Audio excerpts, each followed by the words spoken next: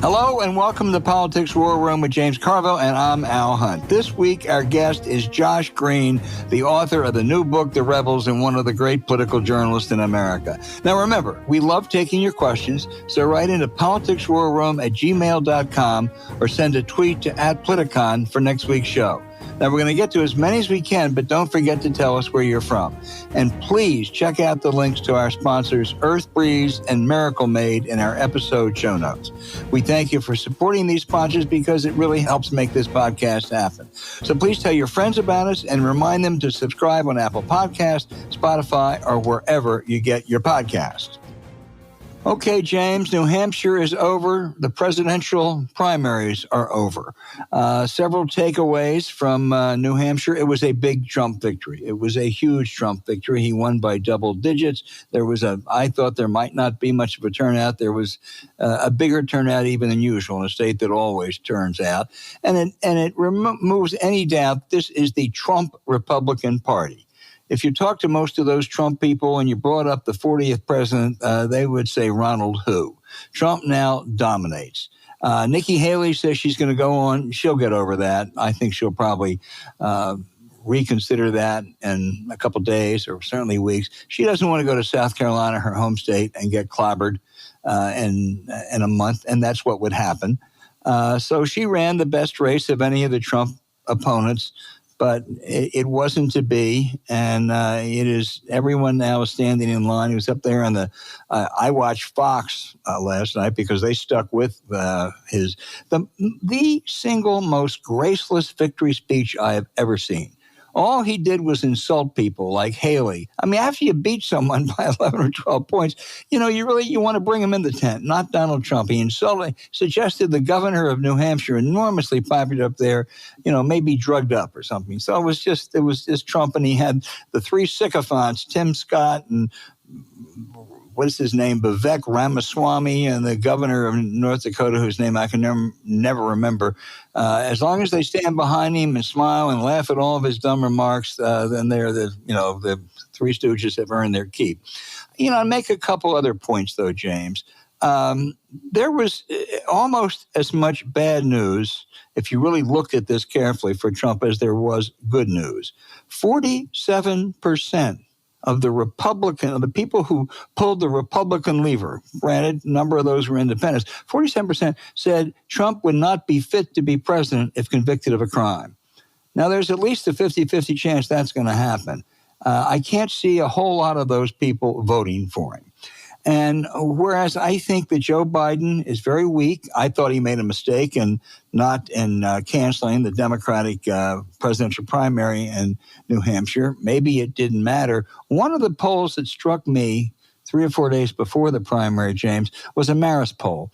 Biden has a 38% approval rating in New Hampshire. That's awful. That's really terrible. I mean, that's not, that's 7-8 points below what you have to be. But head-to-head, he runs 7 points ahead of Trump and 3 points up even when all the riffraff is thrown in. So, yeah, it was a big night for Trump. He cinched the nomination. Haley, I think, will drop out soon. But the Donald is not without his problems. Well, his speech he was mad. She stayed in. All right. Her speech was actually, I have very little respect for her political skills. But that was, I think, the best speech I'd ever seen her give it. I watched I thought she was good. I couldn't watch the whole thing. And by his standards, it was even more crazy. Please don't get me started. Go ahead. Take a while. I'd rather not go. I'd rather not go there. Okay? I mean, good God. But I think Haley is figuring, I'm not going to win this thing, but Trump, something could happen to him. Something physically, legally, something.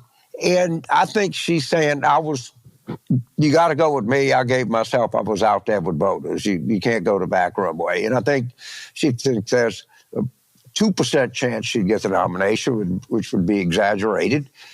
But there is some chance, and why not just be the last one standing? And and say, so Trump gets the nomination. Of course, he's convicted, and we find out so much more about him than we already know. And then in 2028, she becomes the I told you so candidate. So her hanging around is actually, there's some political reason for it. She has some money, and she's going, in South Carolina, just Croker. But that's 31 days. I didn't realize that. We got another month to go before we get to South Carolina. My memory, I couldn't give, but that's a long gap time between New Hampshire and there's still some football left to play, and I think her hanging around at some level actually makes some Ordinarily, sense. James, I would agree with you, but I think if you get clobbered, and she's going to get clobbered in that South Carolina primary, the only shot she had, which was remote, was to win in New Hampshire and gather some momentum and home state pride. But to lose, I don't know, 20 points, 25 points in your home state, I don't know. I think that's tough. Well, that'll be the end of a campaign, but I think she's running for reasons I agree with that. And if Trump, right now. I mean, the only issue, if Trump gets convicted, which, as I say, I think is probably better than 50-50. I don't know what the Supreme Court's going to do on his absurd immunity claim. But if that occurs, and that January 6th trial, occurs sometime in, say, June, and he gets convicted, the Republican Party's not going to throw him out. He owns them. They're afraid of him. So, he'll run as a convicted criminal. I don't think he'll win, but he'll run. Well, I want her to go through South Carolina for one simple reason. I want to see more of Tim Scott, and I want to see more of Tim Scott's wife-to-be. Maybe we'll find out some things here, all right? I cannot get enough of Tim Scott. Last night, with his first of all, everybody in politics is practical. Everybody in politics looks out for themselves. That's the nature of the system works. She appointed him. He didn't exist without her, all right? And I could see that, I could call her and say, look, Governor, I owe everything to you, but I got to stay viable politically. Trump is just too popular. He went out of his way to be part of the whole Trump anti-Nikki Haley stuff. And if you looked at him last night, he kept trying to get in the picture. Trump would move his head one way, and Scott would move his head the other way. And then when Trump called up Vivek and gave him 1 minute, and he didn't bring up Scott, you can see the guy was it was crestfallen. I think he's become such a caricature of the modern Republican Party. And, as I say, I want to see more of him, and I want to see more of this bride-to-be. The preliminary stuff that I'm hearing is she might have had some issues, but let's and when he finally did speak, when Trump finally let him speak with a time limit on it, it was, as you say, totally banal. I don't understand why some conservative, anti-Trump Republicans are still going to vote or still want the Republicans to win, say, well, Tim Scott would be our savior. These are the same people who I think with some justification say Kamala Harris isn't up to it. She's a hell of a lot more up to it than Tim Scott. This is, and you saw, by the way, our friend Tom Edsel, right on the morning this morning, the normalization of Trump. All right? It's Roger Lowenstein. It's Jamie Dimon. It's Tim Scott. It's like, there are two different candidates out there. There are two different visions.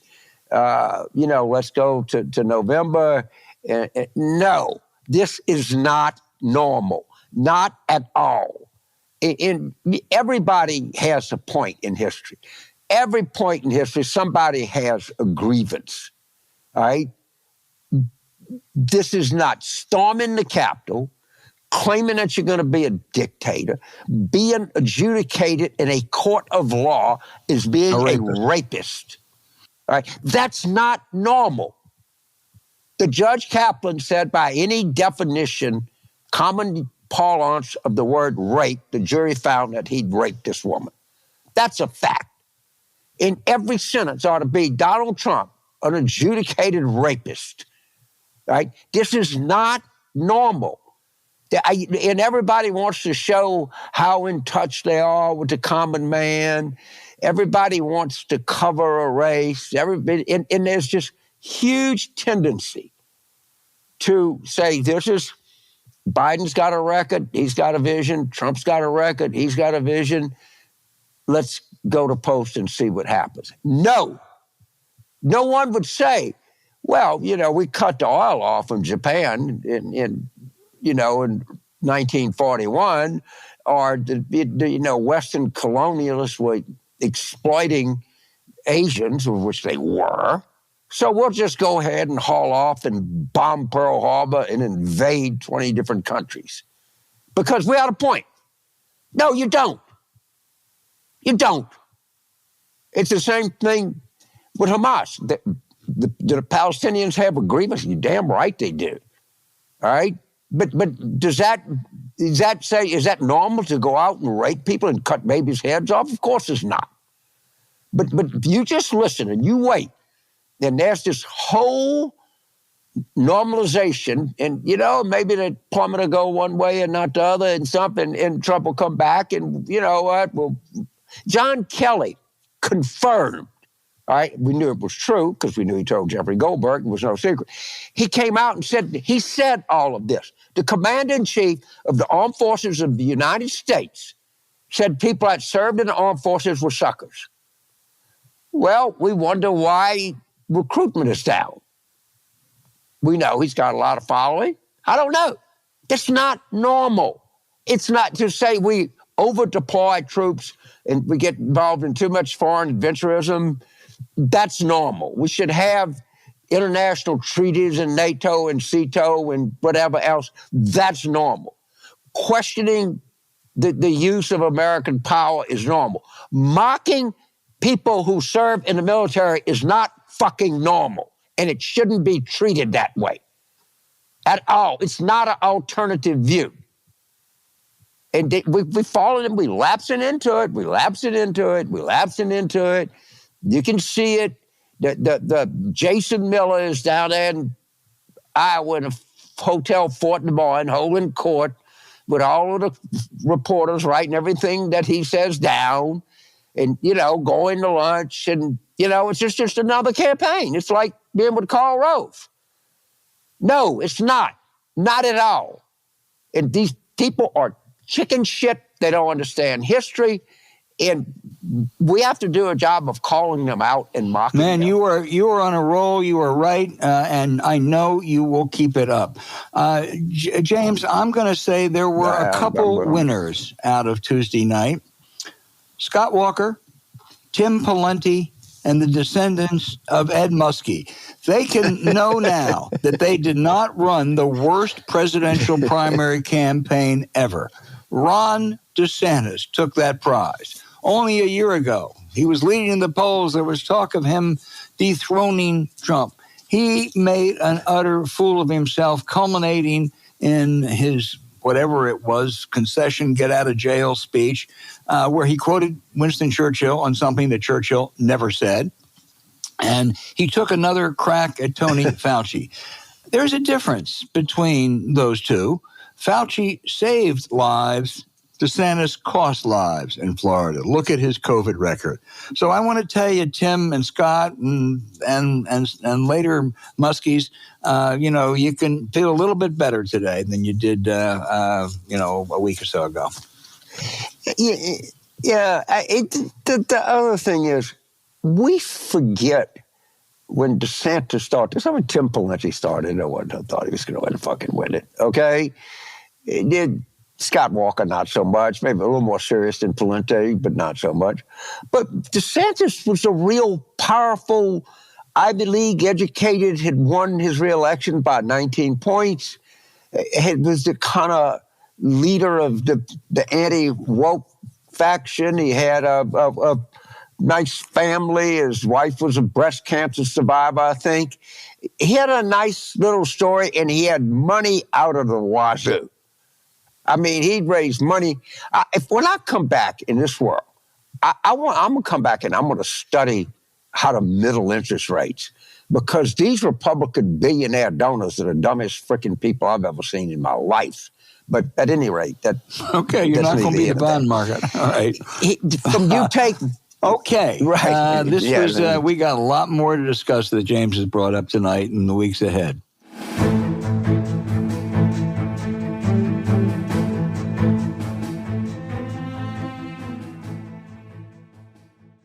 Earth Breeze, a lean, mean cleaning machine. I just love clean clothes. I don't ask me why, but they say you shouldn't do this. I change clothes twice a day. I actually wash jeans, which everybody says is appalling environmentally. There's no need to do it. They wear it better if they're dirty. I just can't change. When you put that detergent in there, whatever it is, I don't want to single any particular name out, look and find out what's in it. And understand that shit don't go anywhere. It goes right into the waterline, which goes right into the river, or right into the bay, or right into wherever all this shit's being discharged. And Earth Breeze is going to give you a better wash. Yeah, I love the smell of clean clothes. I love the way they feel. I know it's environmentally unsound, but, and we've said this 1,000 times on this show. We'll repeat it. It's products like this that are, at the end of the day, are going to make a difference in the war we're having against climate, pollution, dirty water, dirty anything. So this is a great product. And if you're a clean freak like me, it's more important that you use it. Yeah, and just imagine the massive chunk of plastic in a jug of laundry detergent. Then think of all the plastic you use every day, and try not to think about all the microplastic we end up putting in our bodies. Fortunately, there's a solution to make our lives greener and reduce the plastic waste we're leaving future generations. Forget about dishing out cups of goo. Switch to a pre-measured, liquid-less laundry detergent sheet that dissolves in all wash cycles with no measuring, no mess, and no heavy lifting. That's why Earth Breeze is our favorite detergent. There's no plastic jug, and it's so much easier to use. The packaging is a cardboard envelope that saves so much space. You get 720 loads of sheets where the jug would have gone. Old-fashioned detergent can make you so itchy. Earth Breeze is a dermatologist-tested delight, and you'll truly feel the difference. Sign up for their subscription immediately. Earth Breeze is delivered with free carbon offset shipping right when you need it. Plus, you can adjust, pause, or cancel the subscription without hidden fees or penalties. Be done with going to the store, especially because Earth Breeze gives a powerful clean that's tough on stains, fights odors, and works great every time. Earth Breeze even donates 10 loads of detergent to a charitable cause with your purchase. So you're doing good for people and the planet. Over 100 million loads have been donated already. Now, we can't always wait to put on an outfit fresh out of the dryer. A lot of us don't change clothes twice a day like James does, but soft always beats itchy. So join over 2 million Americans making a difference with Earth Breeze. There's a 100% satisfaction guarantee. So if you don't like it, you'll get a full refund. No questions asked and no return needed. Trust me, there is no reason not to switch. Right now, our listeners can subscribe to Earth Breeze and save 40%. Go to earthbreeze.com/warroom to get started. That's earthbreeze.com/warroom for 40% off. Again, earthbreeze.com/warroom. You also can find the link in our show notes.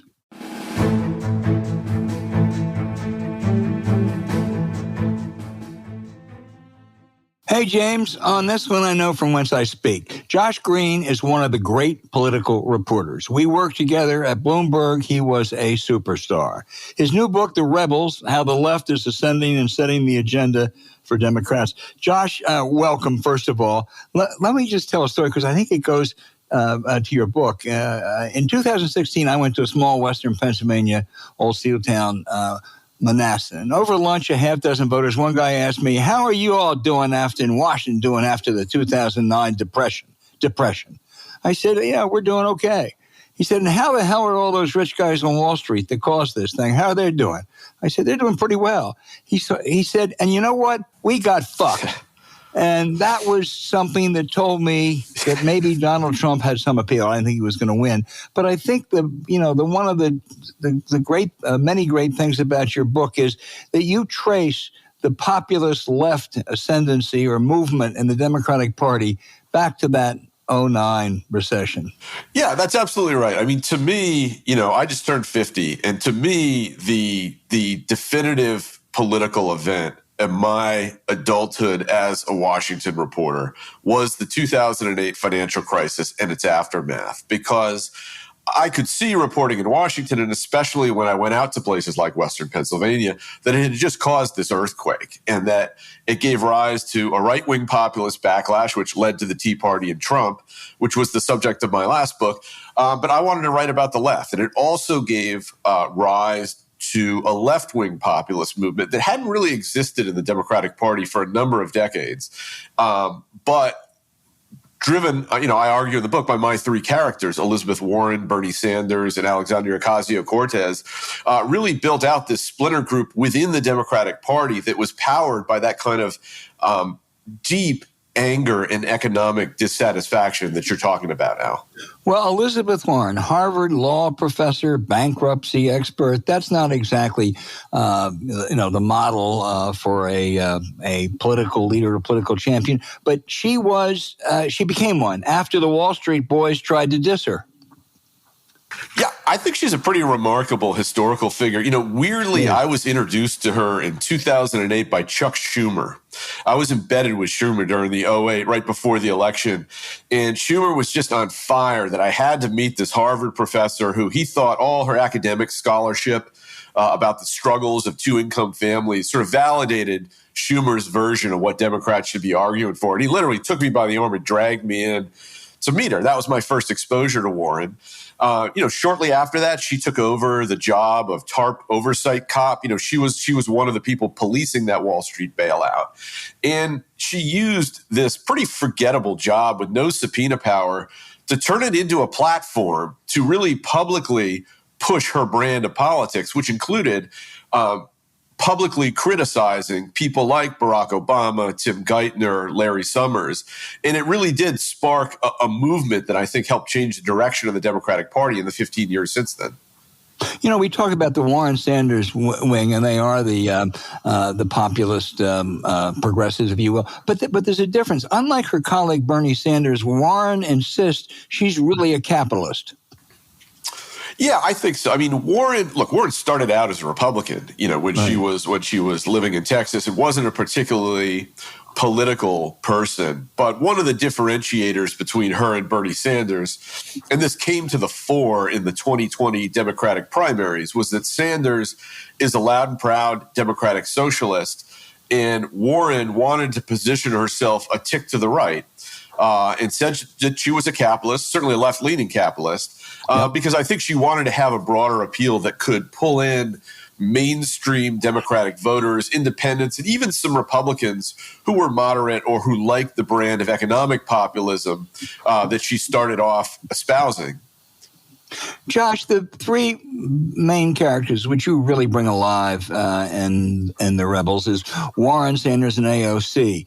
And they believe they're the future of the Democrats, but they don't win. That side doesn't win many elections at all, and any general elections.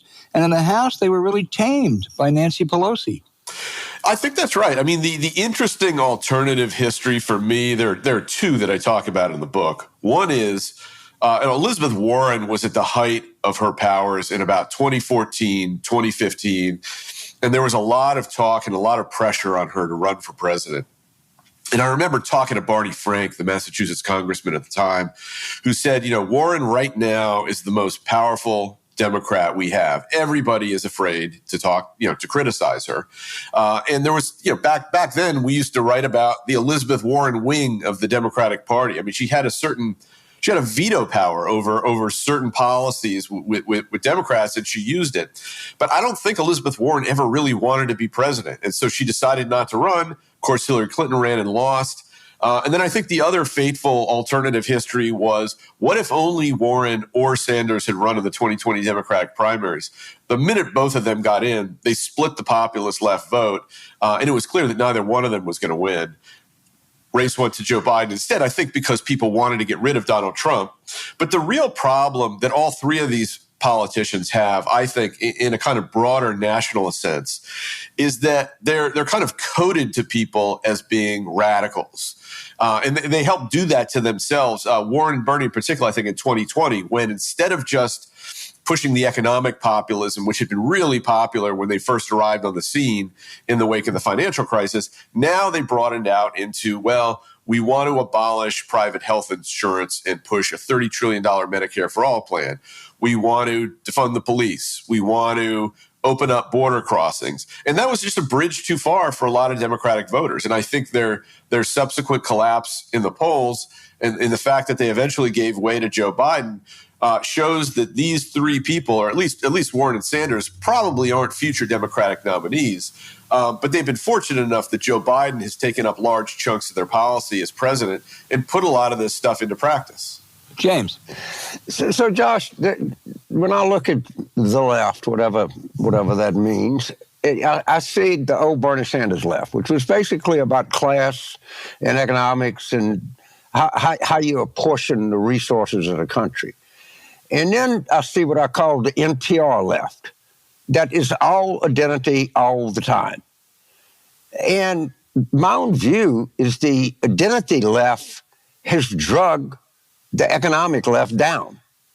And why did they segue into no borders and defund the police and Latinx and all the stupid shit that no one likes? What caused? Where do you think that switch, that transformation came? How did they morph? How did Elizabeth Warren morph into letting a 12-year-old transgender student say you can veto the Secretary of Education? I think one guy explains that transformation in the Democratic Party, and it's Donald Trump. If you look at what people like Warren and Sanders stood for before 2016, it was the kind of economic populism that historically has had a lot of appeal, whether it's a wealth tax on billionaires, raising taxes on the rich, a big stimulus aimed at the middle class after a financial crisis, what have you. I think that once Trump became president and started doing things like banning Muslim people, attacking gay and transgender people, just kind of spewing the hate against every non-white male Christian group that was out there, people on the left reacted with such horror that it became a kind of moral imperative among people on the left to not just oppose Trump to the extreme degree on economics, but on every other situation as well. So if Trump wanted to build a border wall, Democrats wanted to open up the border. If Trump was out there praising police that killed George Floyd, Democrats wanted to defund the police. I think politically it created a kind of naive suspension of the actual rules of electoral politics, which are that, ultimately you have to listen to the median voter if you want to keep power. And I think the Democrats so overshot the mark on that thing in 2020 that they were lucky that there was one safe, normie, centrist, non-threatening presidential candidate left, and it was Joe Biden, who managed to hold together just enough of a Democratic coalition to knock off Donald Trump. Yeah, somebody was talking to somebody said, you couldn't explain what woke is to Joe Biden. He couldn't even know what you were talking about. So we'll start at these people and, what you talking about, pal? My dad carried a lunch bucket. Well, language and is really, or defund the police. What are you talking about, pal? uncle was a deputy sheriff in Lackawanna County or something, all right? But so now, going forward, where does the left of the Democratic Party, where do they see their role going forward? Do they see themselves as nominating a presidential candidate?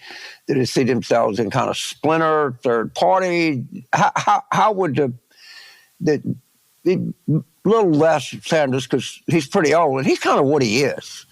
I mean, you got to give him. He thinks all identity is class. He doesn't. I don't think Bernie is that big into racial differences. He thinks that there's the toiling class and the money class, and he knows what side he's on. But maybe that's an oversimplification. But I don't think too great an oversimplification.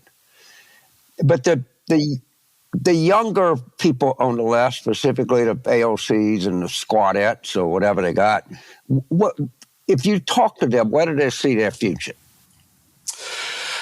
It's a good question because I don't think that they're a uniform block of people, and I don't think that they all see politics the same way. I mean, to me, the interesting thing about the evolution of AOC, and this is the story I tell in The Rebels, is that she came in out of nowhere as a radical democratic socialist, knocked off Joe Crowley, the presumed successor to Nancy Pelosi as Speaker of the House, and came in with her climate activist allies and occupied Nancy Pelosi's office before she'd even been sworn in as president.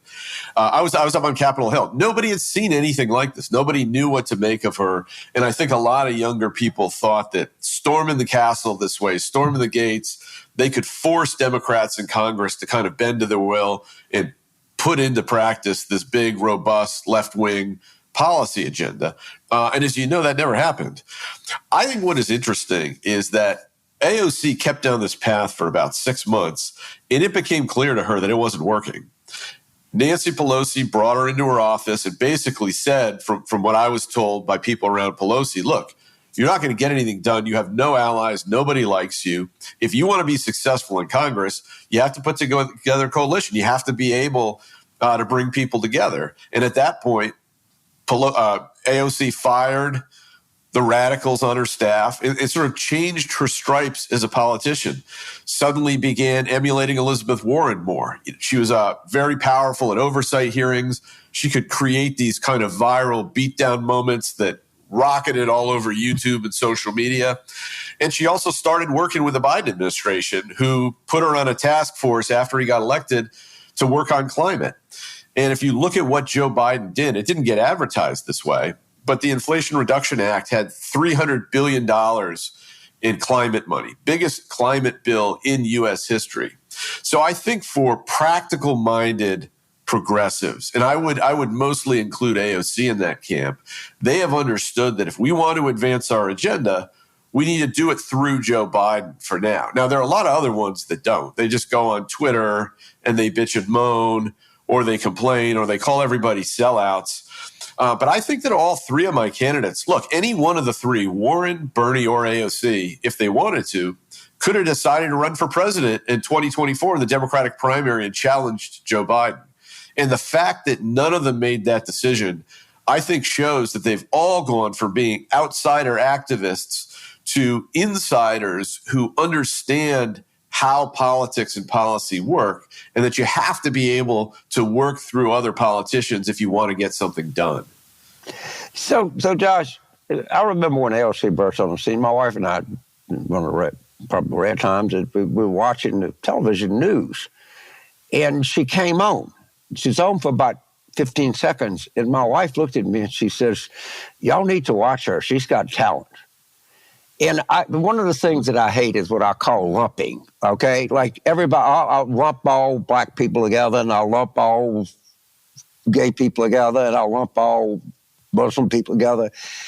And it's just a tendency that people have.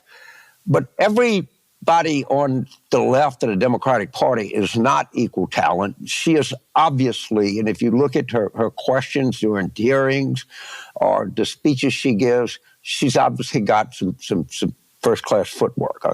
That's boxing. I guess you'd call it politics staff work. Do you think she's trying to break out? She has some hope that she can just sort of slightly break out of that and, maybe run for the Senate or be in leadership one day? Is she kind of satisfied with her niche status now? I don't think she's satisfied with niche status at all. I think what AOC figured out, and remember, she has a background as an organizer, and the way she beat Joe Crowley was very cleverly understanding the rules, understanding how to organize to beat him in a way that nobody saw coming. I think one of the things she understands, and she was pulled into politics by Bernie Sanders in his 2016 campaign. And we all remember, Bernie Sanders came out of nowhere. Just this curmudgeonly old guy, nobody pay any attention to. And all of a sudden, within a month, he's pulling stadium rallies. He becomes this almost cult-like figure, especially among young Democrats. And I think that AOC understood the power of that kind of appeal, especially on social media. The idea that if you want to change the national conversation and have it be about the issues that you care about, left-wing issues, then you need to build an audience and you need to build a movement. And so to me, one of the interesting things she did when she got to Congress was every night she would go home and she would turn on her computer and she would go on Instagram and she would start live streaming while she cooked dinner. And she would just start talking to the camera about like what had happened in Congress that day, what was really going on, what the people were fighting about, who it was that was blocking things like Medicare for all. And what you saw was day after day after day, more and more people would be signing up for these live streams until there's hundreds of thousands of people watching AOC cook spaghetti and explaining how the political system works and how her viewers can go out, put pressure on other legislators, register to run for office, who they should give money to, what they should be thinking about. And it helped elevate her from, a freshman House member, which is about the weakest, most powerless position you could have, to somebody who really was a national spokesman for her party and in particular for the left populist wing of her party. So I give her a great deal of credit as a politician for figuring out that it's not just about staff work. It's not just about how you vote. It's that you need to build an entire movement if you want to have political power. And she, more than anybody else, I think, has been remarkably effective at doing that. Now, James, your question about, well, what's the ultimate goal here? I think that's the tantalizing question about AOC, because she's still viewed, look, you turn on Fox News, they're talking about AOC and what a radical she is. I think it's going to be hard for her to win statewide office, even somewhere like New York. Could she get elected to the Senate? Could she get elected governor? I have my doubts about that. But in October of this year, she turns 35. She's going to be old enough to run for president. I think Bernie Sanders is going to retire in a couple of years. So I could see AOC running for president in 2028 as a kind of factional Bernie 2.0 candidate that carries that message forward. Okay, Al, I make one observation, turn right back out. She has political talent, and political talent can take you places that other people can't go. And, part of it would be the ability to adjust, but let's see. Somehow or another, she might not be relegated to a long, influential career in the House, but I don't know that. Well, there is no better communicator in American politics. Whether you like the message or not, she communicates better than anyone. Josh, I'm going to ask you something, though. How does Warren and even Sanders differ from the prominent Democratic liberals of 20 years ago, Ted Kennedy, Tom Harkin, Barney Frank? To me, they're further to the left on economics, that they really are outsiders. I mean, the deeper history I tell in the book is about the rise of the modern Democratic Party in its relationship with Wall Street. As a writer and a magazine guy, one of the things that always interests me is the question of, well, why is this happening? And so after the 2008 financial crisis, I was embedded with Tim Geithner for a few months doing a big magazine profile. But I was also a columnist for the Boston Globe. And so I got to know Elizabeth Warren. I had a lot of off-the-record talks with her. And so I was kind of watching this Democratic split screen in real time. I'd spend the day with Geithner, who'd tell me why they had to bail out these banks, why that was a path forward. And I'd spend the evening talking to Warren, who said, this is terrible, and we need to kind of focus things on the middle class. I think that the importance of Warren and Sanders as these guys is that they tried to return Democratic politics to something like what it had been after FDR, where all of these government programs are essentially focused on the middle class and not on bankers. If you look at what Democratic politics had revolved around in the 60s and the 70s, it kind of stopped being about economics. It was about environmentalism. It was about anti-Vietnam War. It was about civil rights. Even the kind of financial stuff there was, it was more kind of Ralph Nader inflected. It was about, putting seatbelts in cars, that sort of thing. It wasn't about regulating banks. It wasn't about really focusing on the middle class. I think that was especially true after Jimmy Carter's loss, when Democrats sort of freaked out and realized, all right, we gotta find a way to appeal to more people. We need to pivot toward the middle, elect third-way Democrats like Bill Clinton, and move in a fundamentally different direction. I think what Warren and Sanders represent after the crash is a movement back toward what Democrats traditionally were as the kind of the party of the working class that's focused on their well-being ahead of everything else. But both of you guys were around doing this stuff. I mean, James, you're a minor character in the book because, when Bill Clinton got into office and suddenly was focused on the bond market, you were the guy that famously said, geez, when I'm reincarnated, I don't want to come back as Babe Ruth or a 400 hitter. I want to come back as the bond market, because that terrifies everybody. And to me, that was such an important moment because it shows the sway that Wall Street had begun to have over the Democratic Party. Okay. So I said bond market, that's all anybody talked about. And when you had the collapse of 2008, and I give a lot of speeches to these bankers, okay? And the bond market is the credit market, all right? And if you worry about the bonds return high interest rates, guess what? You're going to pay more for a car loan. You're going to pay more for a house loan. And the idea that we don't need to be cognizant in the bond market's 5 times bigger than the stock market? But this is something that I know. These guys are smart. And what they don't like is they don't like someone is as smart, or in Warren's case, smarter than them. That's why they had to get rid of Elliott. Elliott was as smart as they were. They don't mind Trump. He's dumber than concrete. He doesn't care. All right? And as long as they have compliant people in there, and they get in the Democrats, it's just be on my soap opera for 6 or 7, but turn it back around. I'll tell you. If our incoming Democratic president, I know exactly what the Financial Roundtable is going to do. I know exactly what Big Pharma is going to do. I know exactly what Lockheed and Boeing do. They are going to hire Democratic lobbyists and pay them well, and then they're going to cut everything up. And I would say, if you are a lobbyist and you work for any of these people, you cannot set foot in the White House. You cannot. No one will return your call, all right?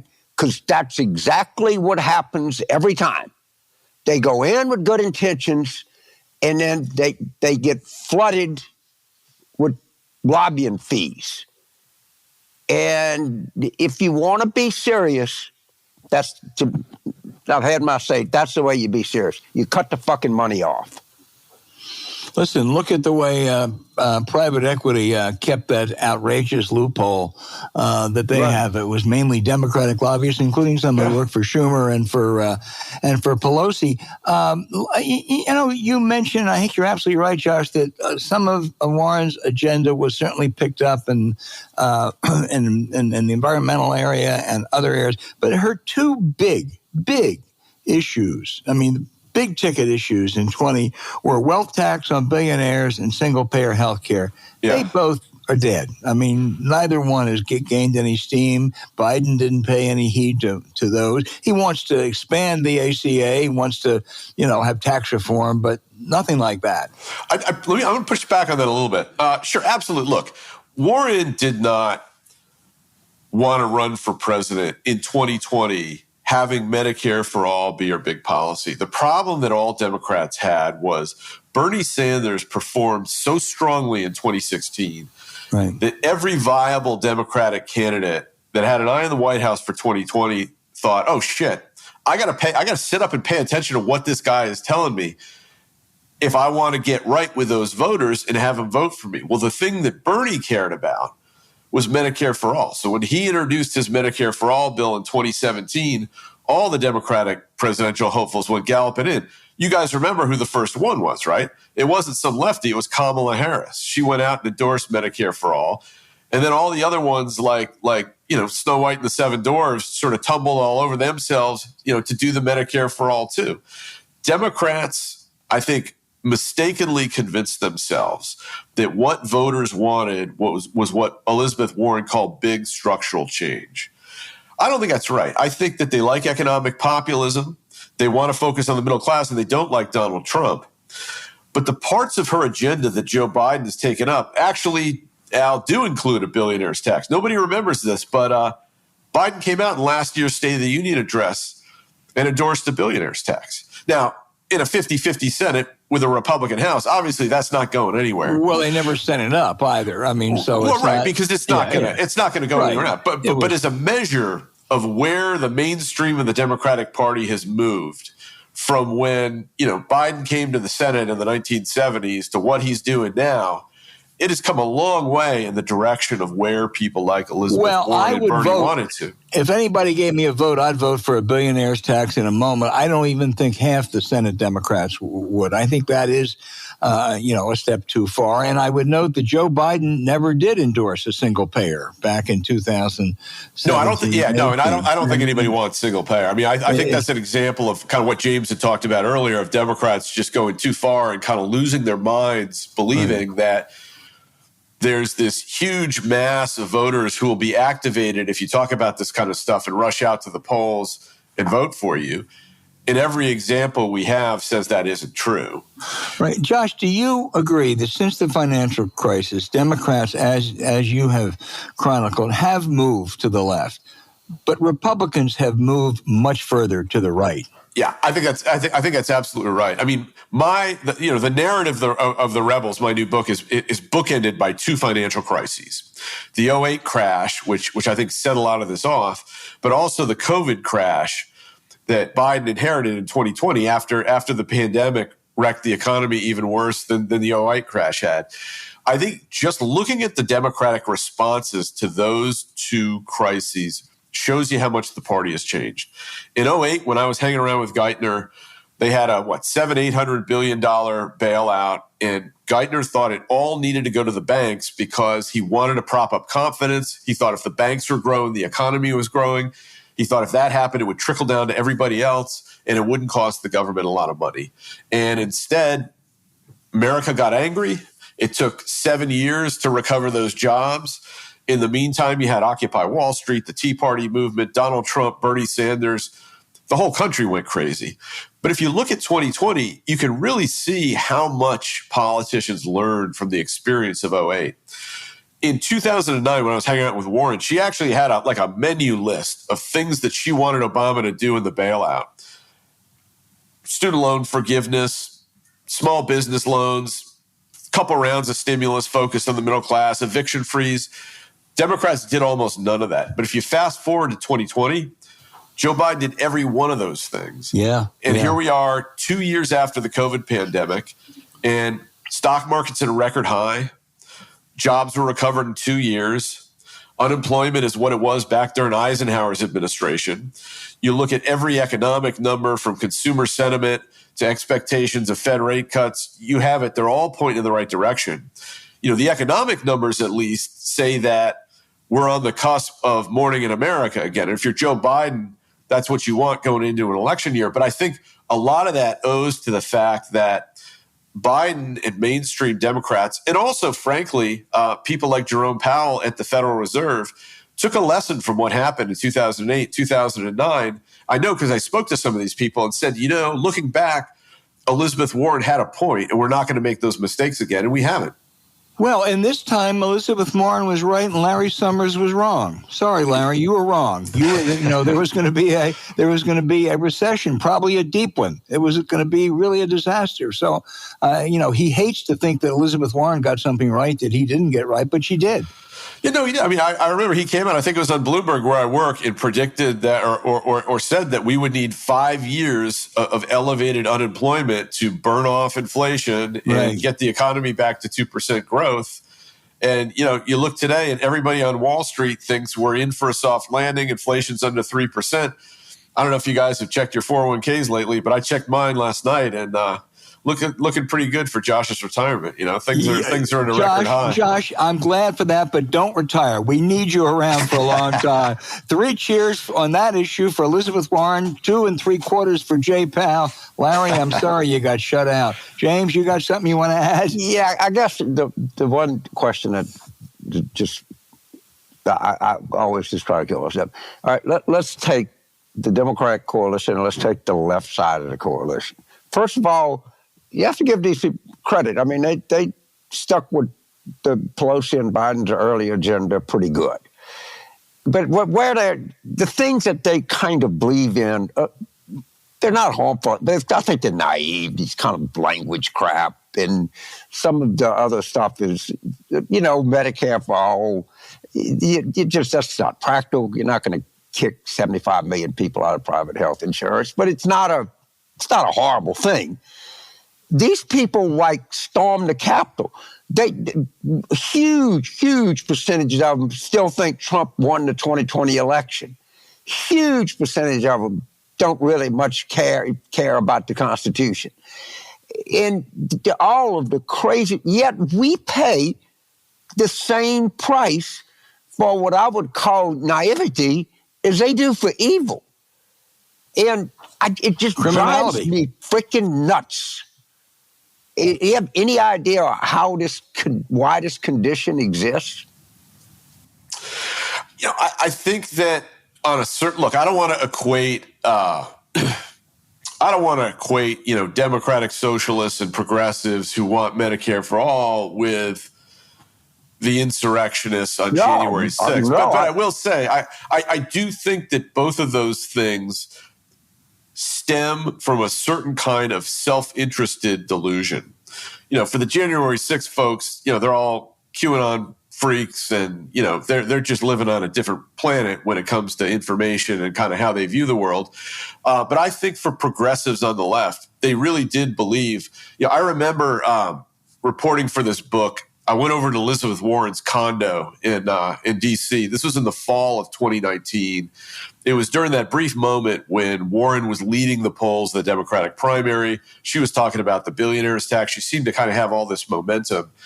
And I said to her, gee, when I look at polling crosstabs, what Democrats really want is somebody who's going to get rid of Trump.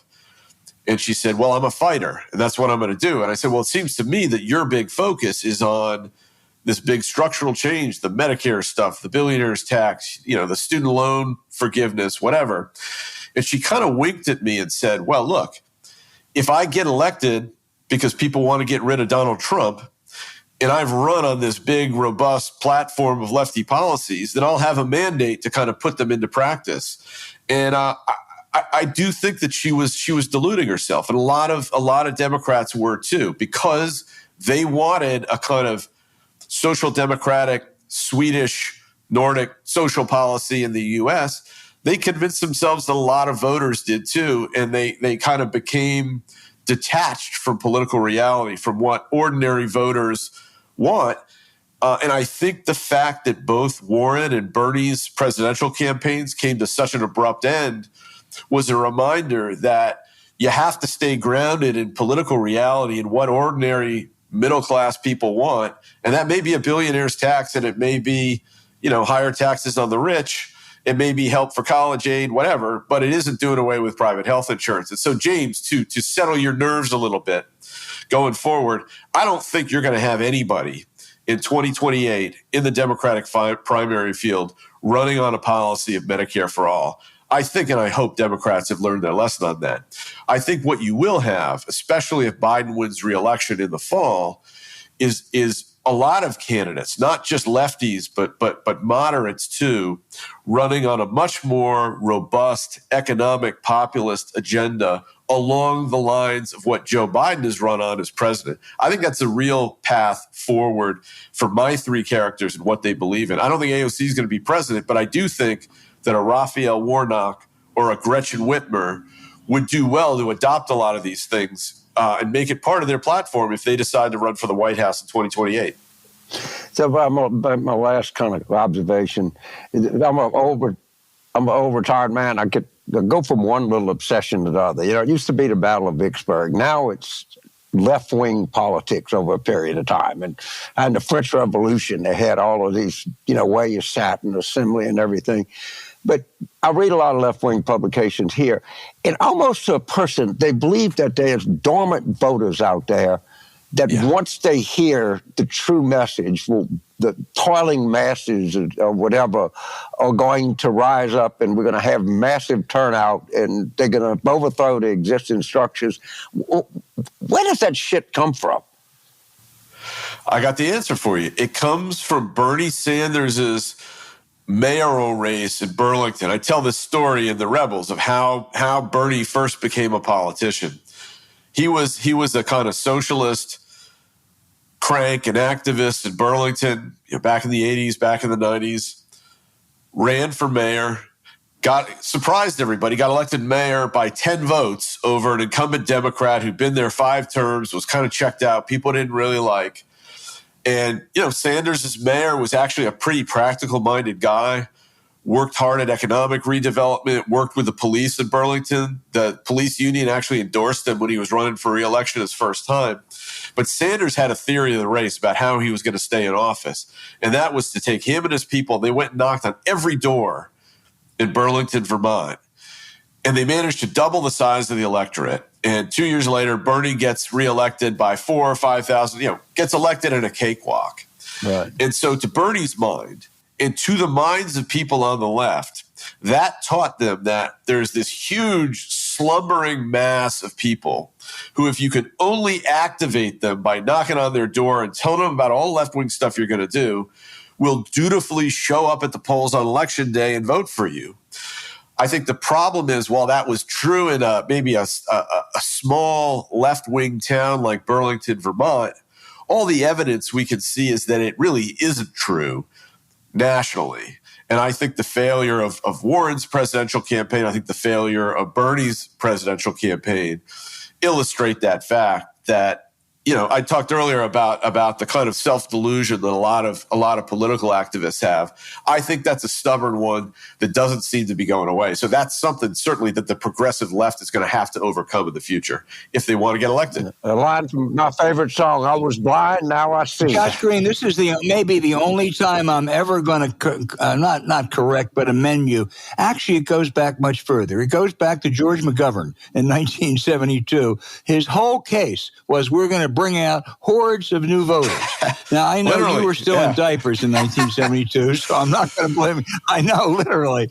But that was the McGovern case, and of course, we saw what happened on Election Day. You know, The Rebels is a terrific book. I want to recommend it to everyone out there. Josh, I know you got to get on a plane. Sure, you've been a great guest, and thank you a lot. Just can't thank you enough. Guys, thanks so much for having me on. I love talking politics with you guys always. As you know, ready to activate the sleeper cells.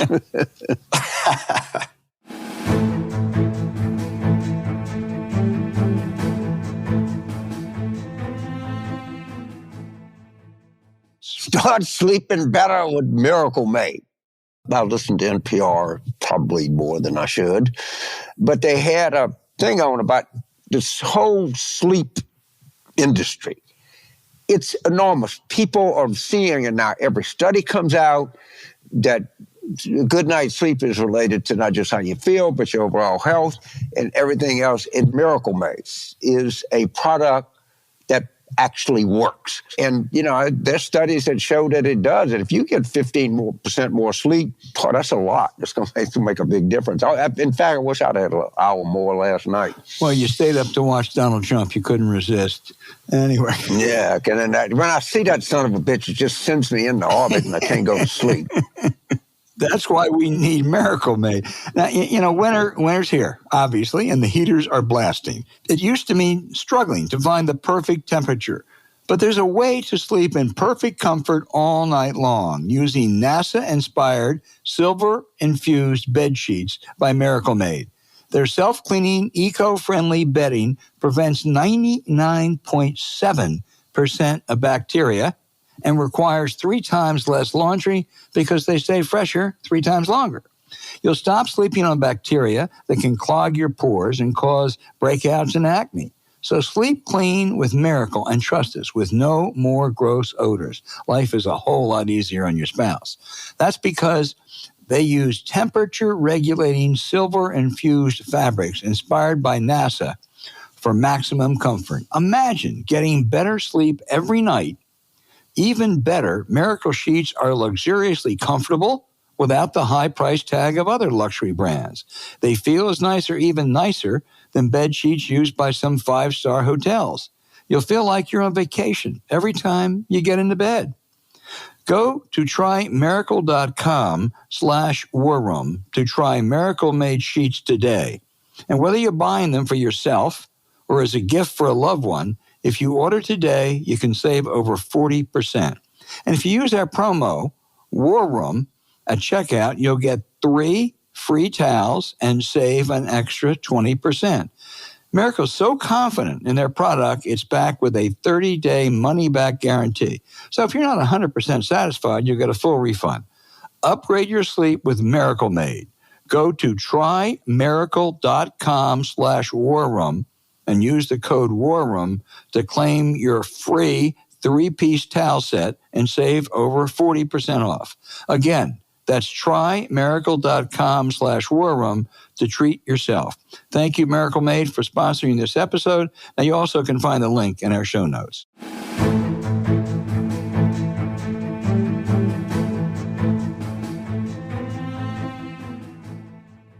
Now for the outrage of the week, I'm going to pick up on something that James alluded to earlier on the enablers of evil. Jamie Dimon, the CEO of J.P. Morgan Chase, the country's most powerful bank, told a gathering of the privileged at Davos that Donald Trump's record as president, was pretty good. Quote, "Be honest," end quote, the billionaire banker urged. Trump was kind of right about NATO, immigration, the economy, his tax reform work well. Mr. Dimon may be unaware of Trump's views on NATO, which are, quote, "I don't give a shit about NATO," end quote. That came from the Oval Office. His former National Security Advisor, John Bolton, and the great journalist Ann Applebaum both say if elected, he'll withdraw from NATO. I don't think you want that, Mr. Dimon. On immigration, what was the banker's favorite Trump achievement? Separating migrant children from their parents? Or building that wall that Mexico would pay for, which, of course, never happened.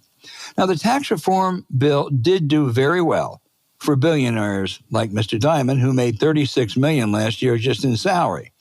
But it did nothing for that clerk at J.P. Morgan who makes $36,000 a year, except run trillions of red ink for his grandchildren. Maybe he should heed the warnings of former Trump Chief of Staff John Kelly, or his defense chief, Jim Mattis, or the former head of the Joint Chiefs, Mark Milley, who believed Trump would rule, if he is reelected, like a more ruthless and determined autocrat. His favorite European leader is Hungary's Viktor Orban. Bankers depend on honoring the rule of law and democratic values. That's exactly what a President Trump would not do, as wise men like retired conservative Court of Appeals Judge Michael Ludig has warned. So, Mr. Dimon, you're a very learned man, but you might want to go back and read the histories of Germany and Italy almost 100 years ago and see what the enablers were saying in those times. Then, it might be easier to be really honest. So I know Jamie, I've known him for a while. I've done speeches for J.P. Morgan, and I'm going to give him some free advice, the PR department, okay? When asked about just say Jamie had altitude sickness, all right? Don't try to answer because there's no answer, all right? There's nothing. It was a giant mega screw-up, and just say he doesn't tolerate atmosphere well. I think my wife and I have stock in his bank, and thank God he runs the goddamn thing from sea level.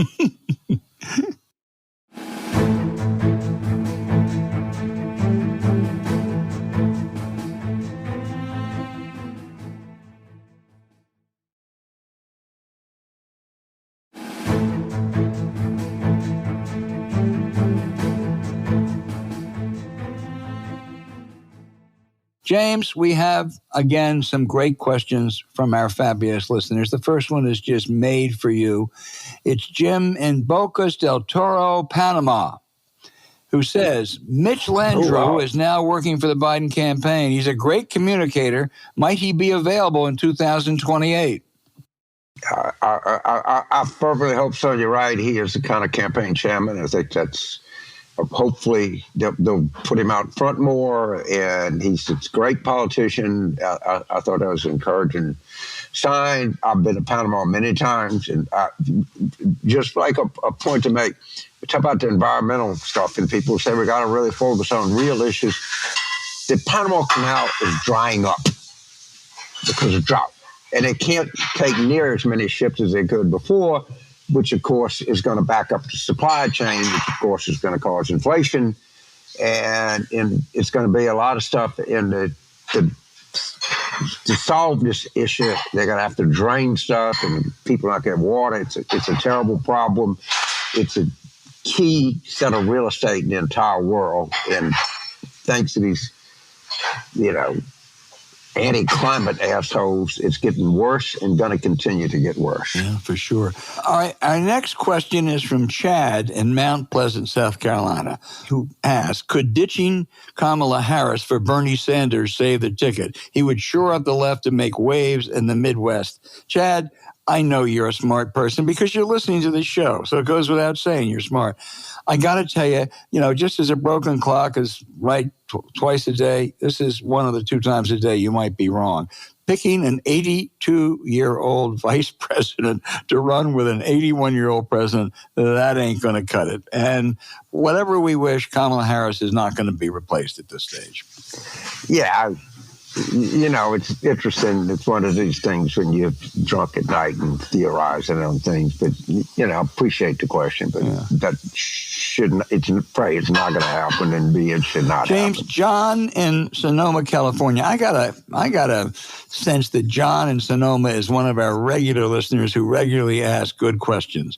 He recalls back in 1996, it was Bob Dole's turn. No significant party people could tell him to step aside. Isn't it the same with Biden? Is politeness the path to fascist America?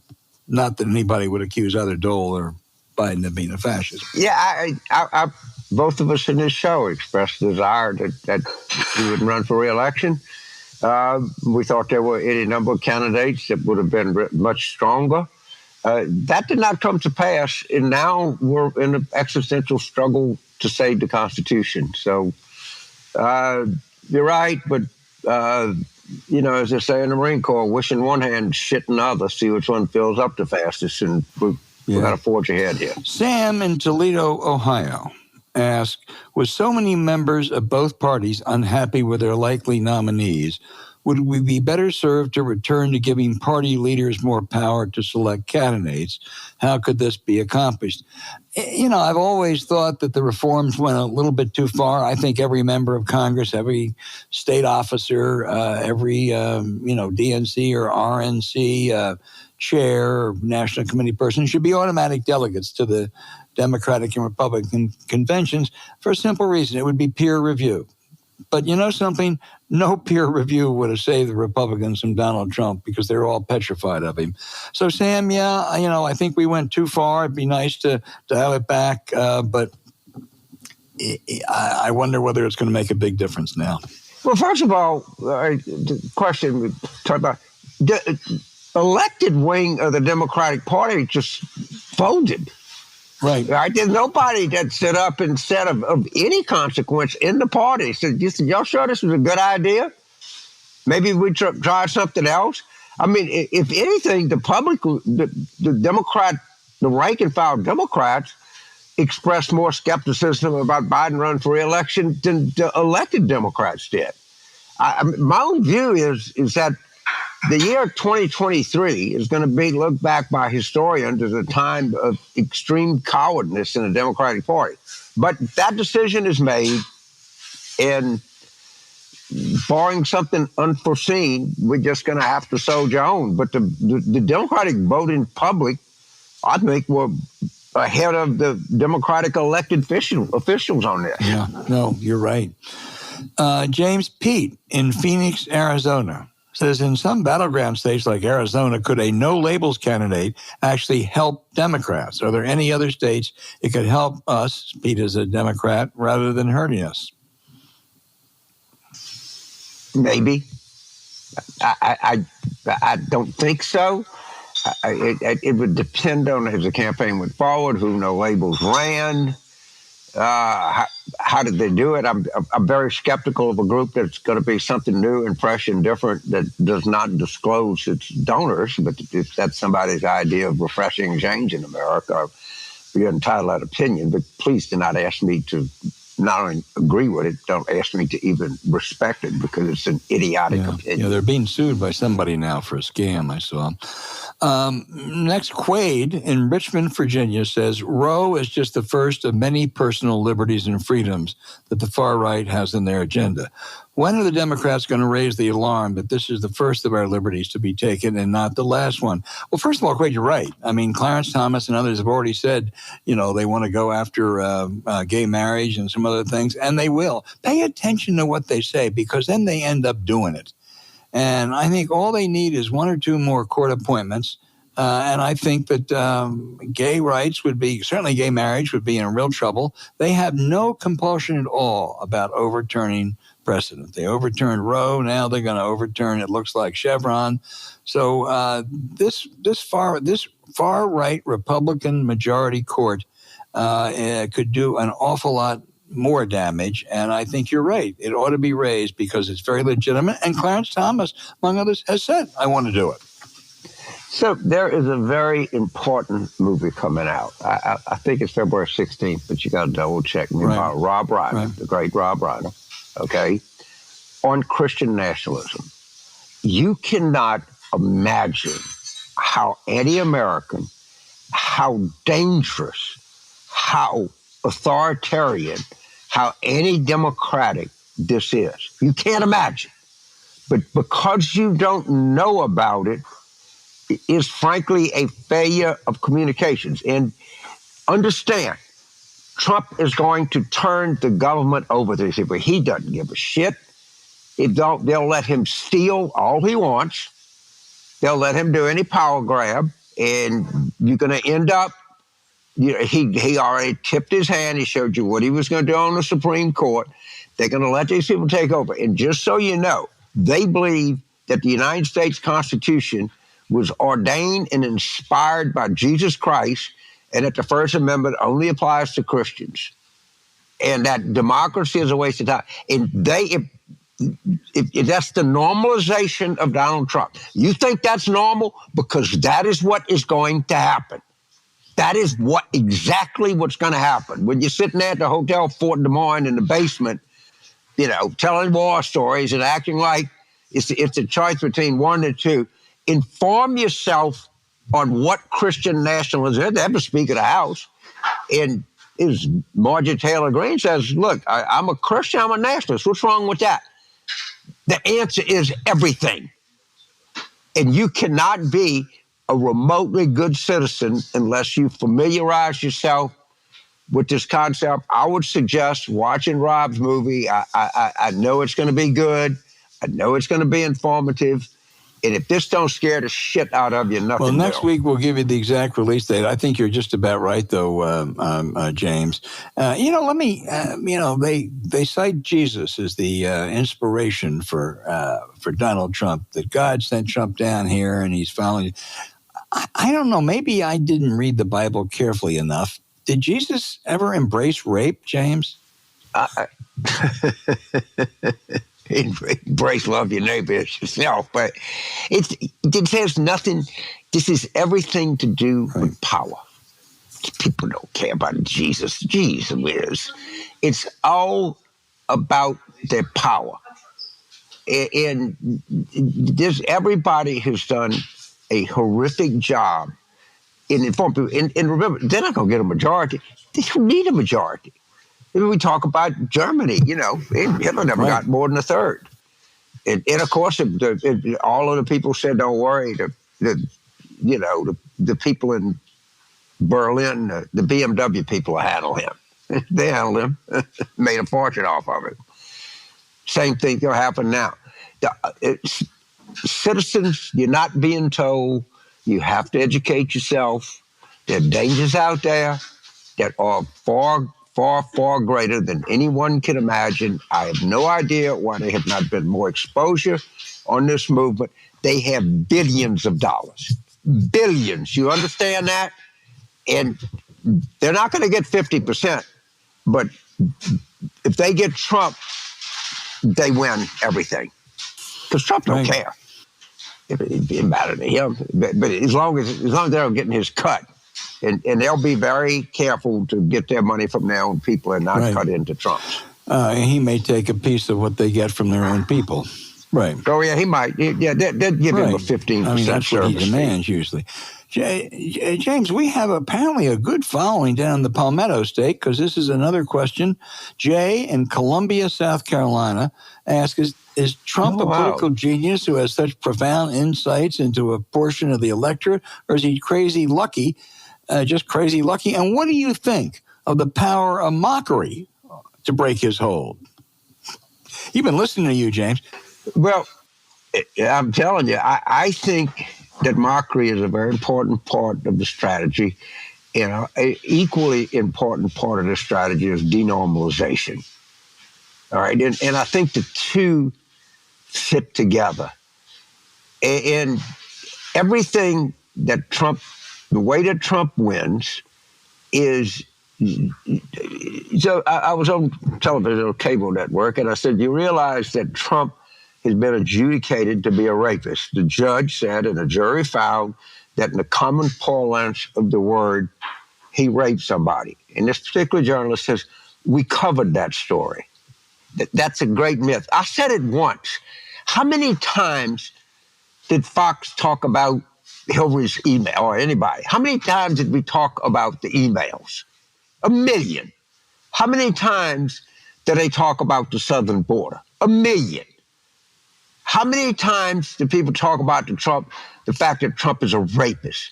They don't. Well, we covered that. We did it once. What the hell you want us to do? And that's why we ending up in the situation we're in. That's exactly why.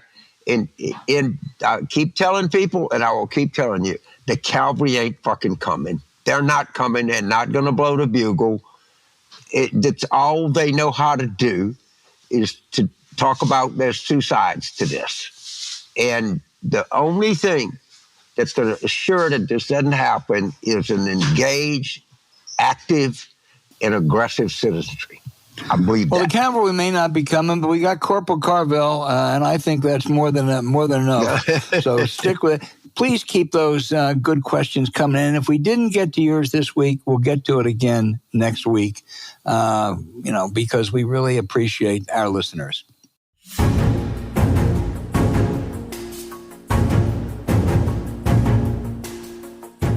Hey, thanks for listening to Politics War Room with James Carville, and I'm Al Hunt. Now, don't forget to send your questions for us by email to politicswarroom@gmail.com or tweet them for next week's show @Politicon. Now, following this episode, we'd really appreciate it if you'd check out the links to our sponsors, Earth Breeze and Miracle Made, in our episode show notes. We deeply thank you for supporting them, because when you do, it helps make this podcast happen. Now, to keep up with us, subscribe to Politics War Room on Apple Podcasts, Spotify, or wherever you listen. You also can find shows you might enjoy on the Politicon YouTube channel, or when you search Politicon on your favorite podcast sites. Remember, please rate the show with a 5-star review. We'll be back next week with another show as we continue our War Room planning.